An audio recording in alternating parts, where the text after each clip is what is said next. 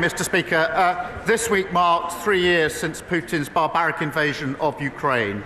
The courage of the Ukrainians is inspiring, and across this House we stand with them for as long as it takes.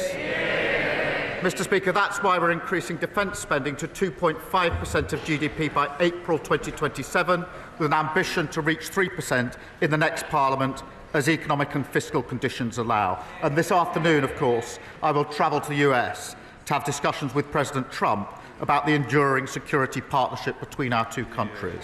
Mr. Speaker, I wish the Prime Minister every success on his trip to Washington. The visit to see President Trump must serve our national interest. The Prime Minister and I are completely united in our support for Ukraine as a proud and sovereign nation. Yeah. What specific steps will he take to ensure Ukraine is at the negotiating table for any peace settlement? It is right, and I think the whole House will think it's right, that Ukraine must be at the table at negotiations. There can be no negotiations about Ukraine without Ukraine. That has been my consistent position in all of the discussions that I've had. That will continue to be my position, because this is about the sovereignty of Ukraine and their ability to decide for themselves the future of their country, so they must be at the table.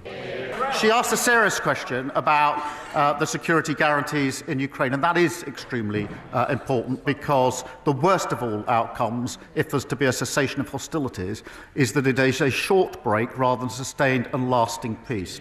And I think that that means there's got to be security guarantees. I've indicated that we will play our full part. There has to be US backing, because otherwise I don't think it will deter Putin. We are working on that. I'm having extensive discussions about it, not in a position to put details before the House, as she well knows today, but I'll continue down that route, because I want a lasting peace in Ukraine and Europe for the safety and security of Ukrainians, of Europeans, and of course for everybody in this country. Yeah. Resist his suggestion that we've got somehow to choose between the US and our European partners. I do not believe that to be the case, and I want to strengthen our already strong relationship with the US, because I think it's vital that we do so. I of course want to work with our European allies on defence capability and what more we need to do in relation to capability, coordination and funding.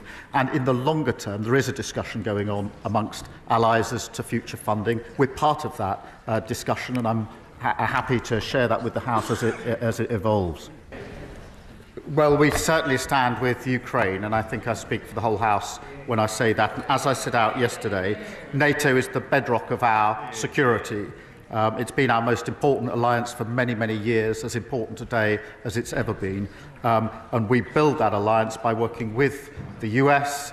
We have a special and deep relationship with the US. That's not just words, that's to do with security, defence, intelligence capability, vitally important for both sides. But we also work with our European allies, and it is that ability to work with the US and the EU and European partners that has held the peace for so many years and needs to hold the peace for many years to come.